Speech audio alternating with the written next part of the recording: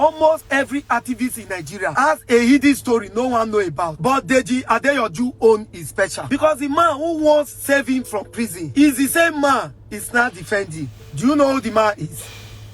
Festus Keyamo. On January 6, 2005, an Asin Ali, a Kano-based businessman, was tragically murdered. Deji Adeyanju, along with 3 other men, was accused of the crime. As usual, he was maintaining his innocent face, claiming he was not in Kano the day of this incident. This case was a very powerful case at then, that the whole media, the whole Nigeria was focusing on that case because it was a full homicide case that could have ended Adeyanju's life. For 4 years, Adeyanju was in courtroom. He don't even know if judge will sentence him or not. But then, Festus Keyamo came into this story as a strong lawyer and strong human rights activist under Gandhi chamber. Before then, Keyamo already get this kind of big influence where they say it's a big case for courtroom. Now, this say Keyamo was to fight for Deji. And this case take Keyamo good 4 years. But at the end,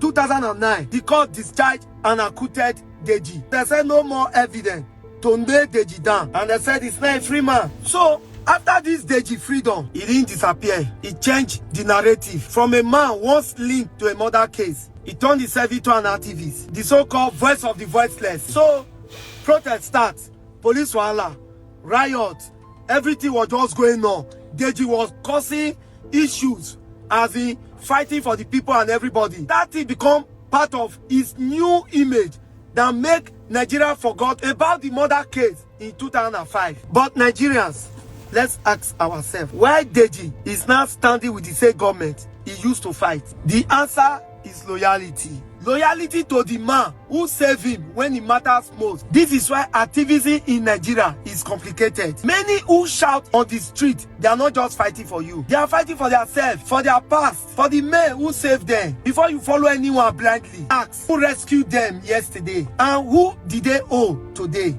Deji Adeyanju's story is not just about him. It's about how Nigeria works. Cases disappear, activists become politicians, and loyalty outweighs justice. Now the real question is, who do you think your favorite activists hold? Nigeria, this is the time.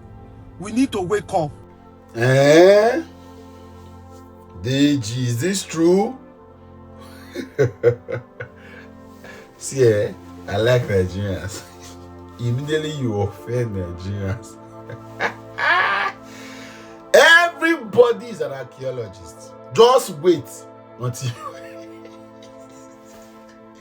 people, you hold your dossier, you hold like for archive, just keep up for I swear. I hail una Jesus.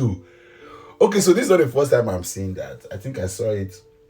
Charles Awuzie reported something like this. A few other persons. I've seen that a few places, but this man just do video. He just finished the Hey, whoa, I'm not here to doubt or to endorse this, but I'm just saying, see, at some point in your life, just wake up and ask, who is there anybody that have my dossier? I better release her now. But you see, it's you can look at this back and forth and say this doesn't look like a lie, because DG seems to be, and you know this Tinubu's government is a blackmailing government. A government that blackmails you to work with them, a government that blackmails you. And this is not the first time. We've seen a lot of blackmail going on. Many people have defected or decamped or technically working with him even from opposition, because a lot of, I can never forget Doyin Okupe. I was DG Peter Obi's presidential campaign prior to the 2023 election. Suddenly from nowhere, Doyin's file. And Tinubu was even president at that time, but of course he had his men. EFCC had reported that Doyin had so many cases to answer, with his time as being spokesperson for President Goodluck Ebele Jonathan. That was before 2015. 7 years down the line, probably Doyin had some litigations to answer, but it became strong and Doyin had to step aside and resign. After elections, Doyin went on to speaking for Bola Tinubu.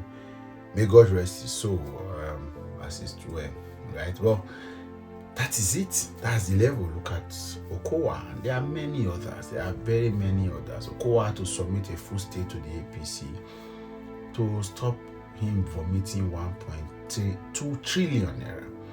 1.2 trillion naira. And there are many like that. So,